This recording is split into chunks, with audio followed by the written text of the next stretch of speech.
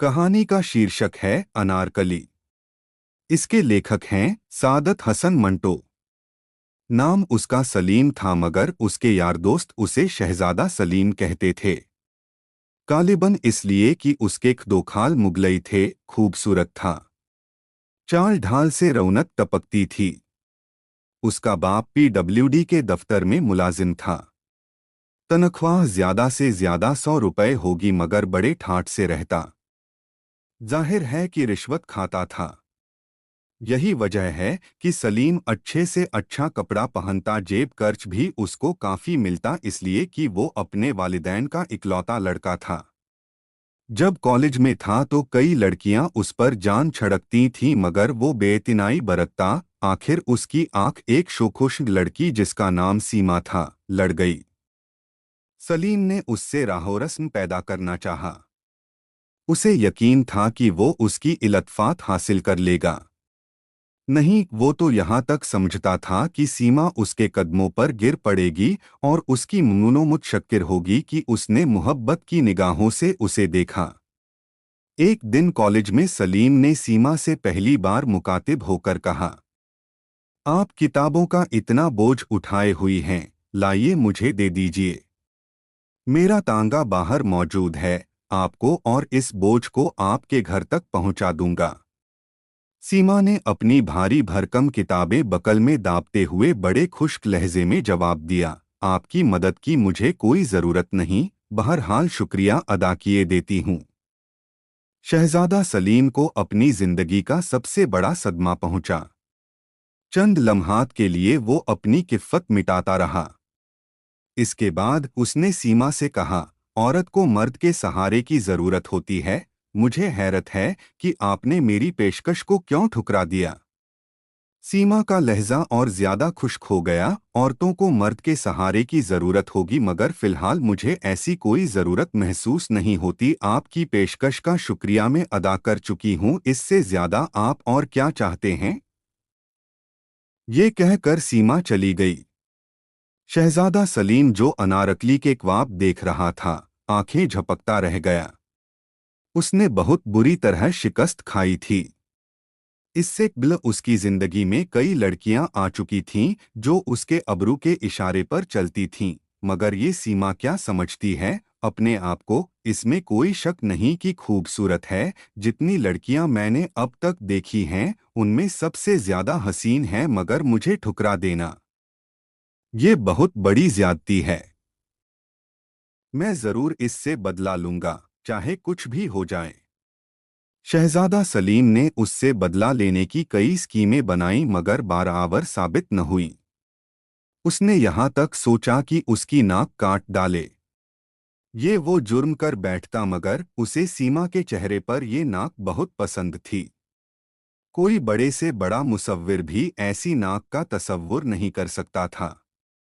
सलीम तो अपने इरादों में कामयाब न हुआ मगर तकदीर ने उसकी मदद की। उसकी वालिदा ने उसके लिए रिश्ता ढूंढना शुरू किया। निगाहें इंतकाब आखिर सीमा पर पड़ी जो उसकी सहेली की लड़की थी।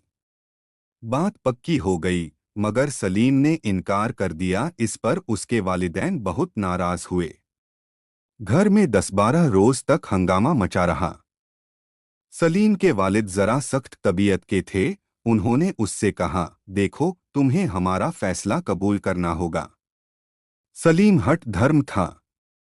जवाब में ये कहा, आपका फैसला कोई हाई कोर्ट का फैसला नहीं। फिर मैंने क्या जुर्म किया है जिसका आप फैसला सुना रहे हैं?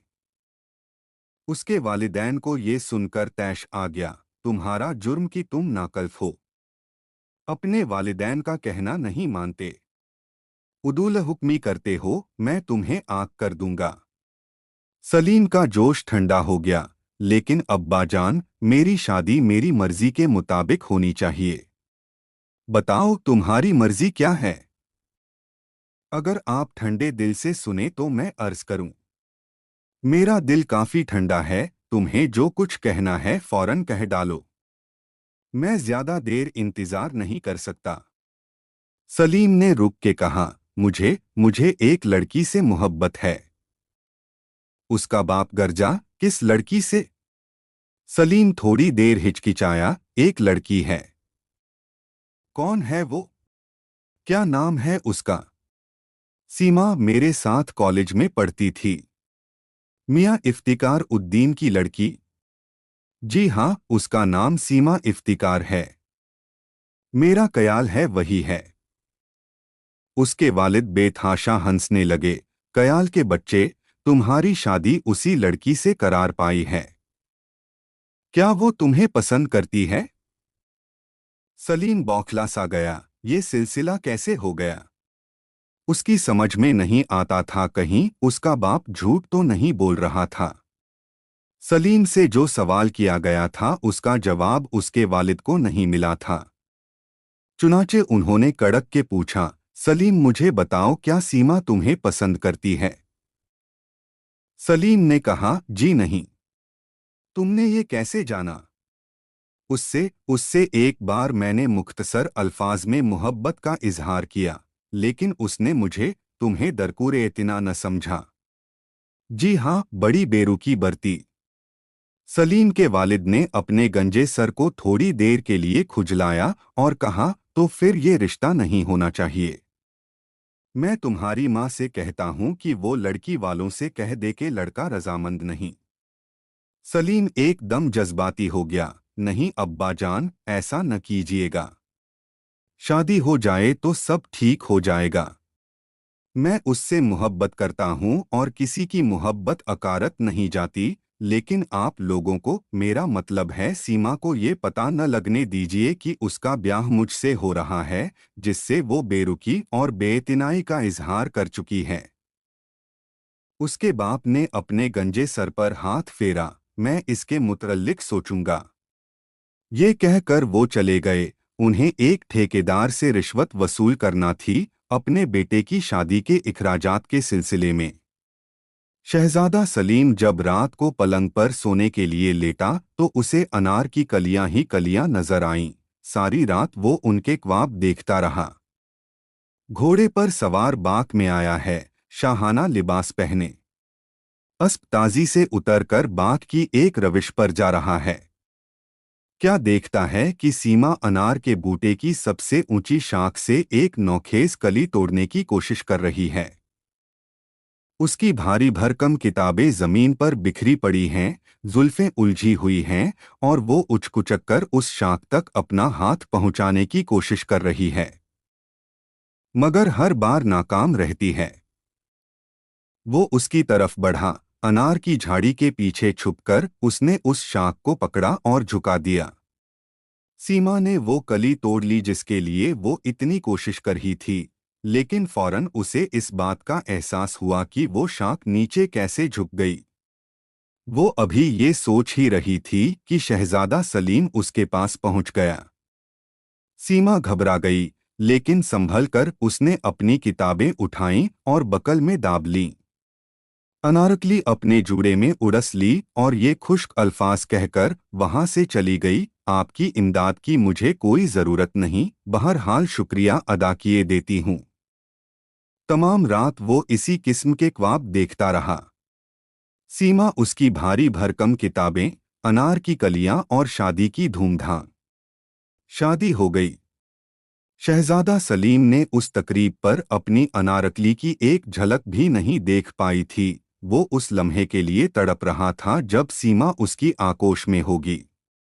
वो उसके इतने प्यार लेगा कि वो तंग आकर रोना शुरू कर देगी। सलीम को रोने वाली लड़कियां बहुत पसंद थीं। उसका ये फलसफा था कि औरत जब रो रही हो तो बहुत हसीन हो जाती है।